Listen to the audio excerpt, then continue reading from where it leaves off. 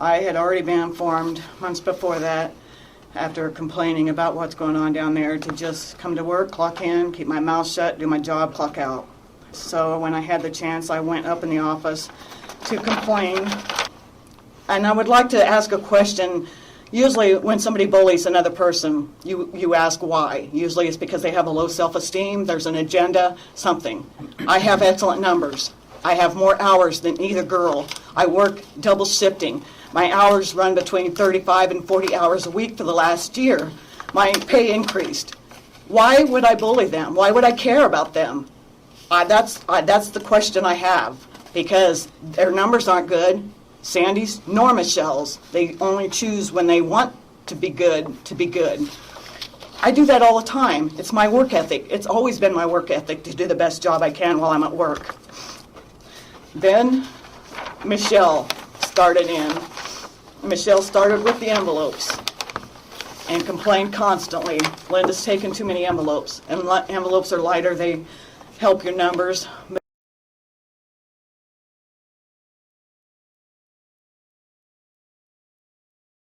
Both times, I finally decided to officially file a complaint. I was fired immediately. These girls have been complaining about me for a year.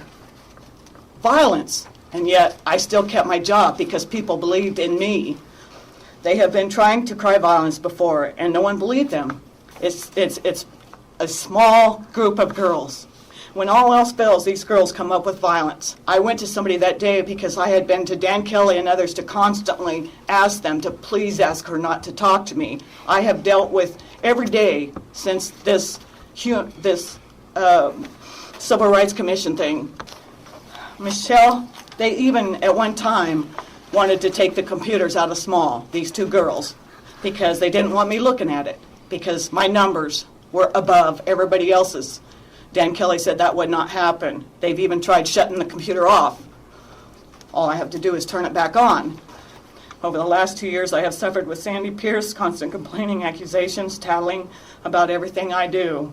It won't stop with me. If I'm gone, they'll pick somebody else. They always have.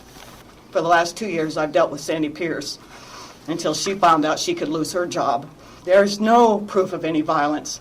The only witnesses Michelle has is Sandy Pierce, of all people. I wish someone would tell me why, after months of them complaining about me and alleged violence, why I wasn't fired or either of them, only now after I officially complained. She has made my life hell ever since, with accusations of violence and stalking. Bottom line, if I wouldn't have said anything, if I would have kept my mouth shut, as I have always done for the last 2 or 3 years until I've had enough, if I would have kept my mouth shut, if I hadn't officially filed papers, I would still have a job.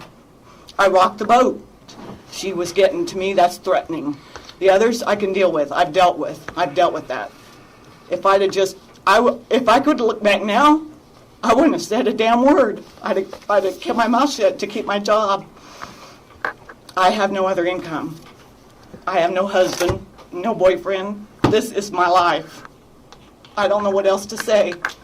Nobody has any proof that I've ever done anything wrong. And all the supervisors there will give you exemplary remarks about my work ethics and the way I work.